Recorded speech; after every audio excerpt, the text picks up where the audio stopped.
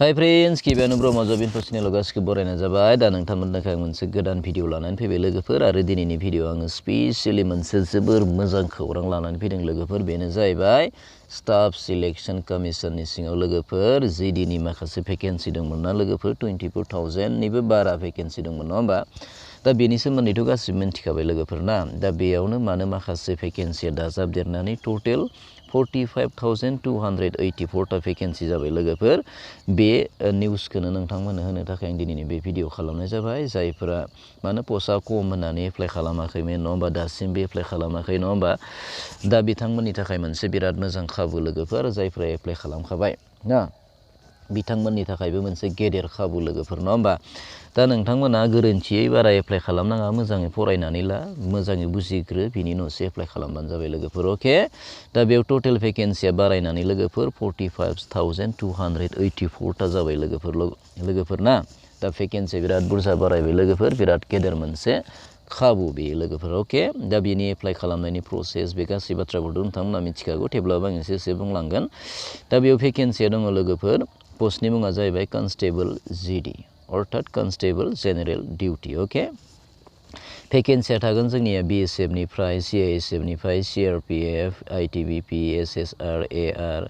NCB निफ्राय माखासे भेकेन्सिफोर थागोन लोगोफोर अके आसाम राइफलनिफ्रायबो थागोन भेकेन्सिया लोगोफोर अके दा बेयाव एप्लाइ खालामनो थाखाय नोंथांमोना मा खालामनांगोन बेनि वेबसाइटआव थांनांगोन बेनिफ्राय एप्लाइ खालामनांगोन एप्लाइ खालामनायनि लिंक भिडिअनि लिंक लोगोसे माने बिनि जि माने PDF डाउनलड खालामना नायनो हानायनि लिंक गासैखौबो आं भिडिअनि डिसक्रिपसन बक्सआव होना दोनखादो लोगोफोर नोंथांमोना बेयाव थांनानै नायहैबानो जाबाय लोगोफोर अके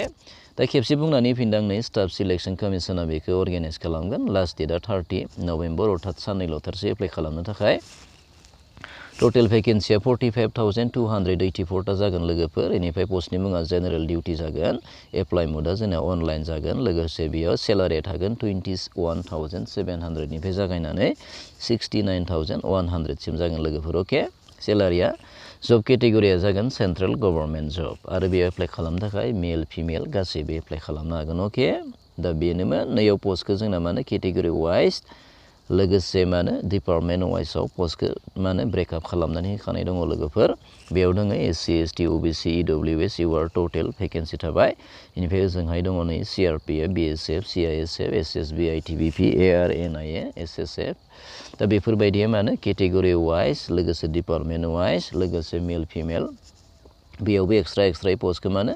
डिस्ट्रिबिउसन खालामनानै होखानाय दङ लोगोफोर नोंथांमोना बेखौ बरियासे नायना लाबानो जाबाय टोटेल भेकेन्सि दङ 45,284 टा भेकेन्सि लोगोफोर अके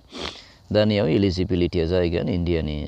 माने रेसिडेन्स जाथारनांगोन इथ' जाखानांगोन नङा होमबा सेलारिखौ खोन्थाखाबाय आङो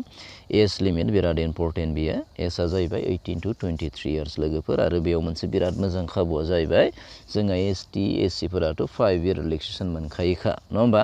23 आव 5 दाजाबा मा जायो जोंनिया 28 जायो लोगोफोर अके दा बेनि अनगायैबो आरोबाव कभिड पेन्डामिकनि थाखाय 3 इयार एक्सट्रा रिलेक्सेसन होबावनाय जादों लोगोफोर अके दा बे बिराद मोजां खाबु लोगोफोर अभार एज जानाय केन्डिडेट्सफोरा बेयाव एप्लाइ खालामनो हासिगोनलाय आरोना दा टोटेल बेयाव मा जागोन एसआ नैयाव खादो एससि आरो एसटिफोरा 31 इयारसिम एप्लाइ खालामनो हागोन अबिसिया 29 इयारसिम बेनिफ्राय एक्स सार्भिसमेना 3 इयार आरो एखे 3 इयार 6 इयार प्लास जागोन ना बेयो एससि एसटिनि लोगोआव जाहैबाय आरोना बेयो बेनिफ्राय एप्लिकेसन फिसथ' जोंना होनांगौ गैया लोगोसे एजुकेसनेल क्वालिफिकेसना जाहैबाय मेट्रिकुलेसन अर 10 पास होनना बुंदों लोगोफोर आरो बेयाव खुनु पार्सेन्टनि बाथ्रा गैया लोगोफोर हा थार्ड डिभिजनाव पास जायोबाबो नोंथाङा एप्लाइ खालामनो बेयाव हागोन आरोना बेनि सेबां आरो मोजां खाबु गैया लोगोफोर पस्टआबो बिराद बुरजा ओजोंहाय आरो नोङो पार्सेन्टनि खुनु बाथ्रा गैया लोगोसे मेट्रिक पासआनो एप्लाइ खालामनो हागोन न बेबो मोनसे बिराद मोजां खाबु आरोना बेनि उनाव सिलेक्सन प्रसिडिउरा जागोन जोंना मानो मोनब्रै रोखोमनि जागोन मोनब्रै माने बेयाव फार्स्टआव कम्पिउटार बेस्ड टेस्ट जागोन अर्थात रिटेन एग्जाम जागोन बेनि उनाव जागोन physical standard test physical efficiency test document verification उनाव मेडिकेल टेस्ट रिमेडिकेल जागोन बेनि उनाव फाइनेल मेरिट लिस्ट अके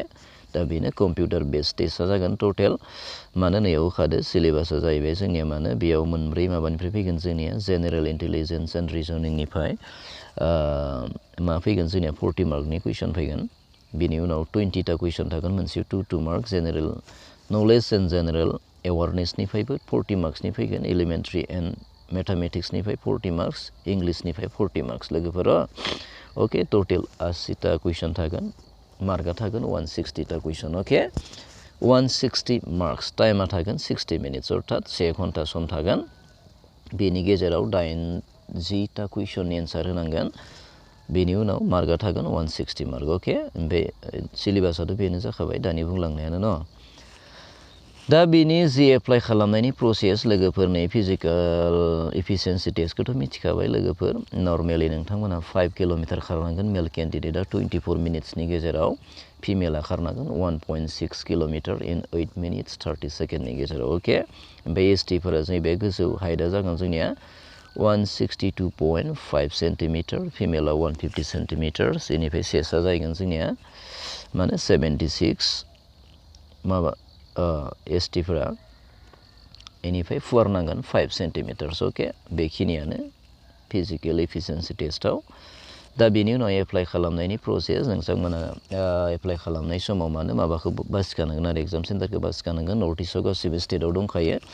दा इम्पर्टेन्सआ जाहैबाय जोंना मानो बेनि जि एप्लाइ खालामनायनि प्रसेस अनलाइननि प्रसेसआ जोंनिया 30 नभेम्बरावनो जोबगोन लोगोफोर अके समा गैथारला नोंथांमोना एप्लाइ खालामदो न बे साननैनि गेजेरावनो एप्लाइ खालामदो नङाबा खिन्थु बिराद मोजां गेदेर खाबु बारग'लांसिगोन आरो नोंथांमोननिफ्राय ना ओंखायनो नेनानै थानांला जिखिनि सम मोनगोन बेयावनो नोंथांमोना एप्लाइ खालामदो आरोना दा जियानो जा भिडिअखौ नायनानै जुदि मोजां मोनदोंबा लाइक खालामदो शेयार खालामदो बेफोरबायदि इनफरमेटिभ भिडिअसफोर मोनबाय थानो थाखाय सोरबाफोर जुदि आंनि चेनेलाव गोदानै फैदोंब्ला दिनैसो ना साख्रिनि खौरां बेफोरबायदि इनफरमेटिभ भिडिअसफोर मोननो थाखाय चेनेलखौ साबस्क्राइब खालामनानै लाबानो जाबाय लोगोसे बेल आइकनखौ थुनानै होबानो जाबाय जाहाथे आंनि चेनेलाव होनाय गोदान गोदान बेफोरबायदि साख्रिनि खौरांखौ मोनबाय थानो हायो लोगोफोर अके थेंक इउ फर वाचिं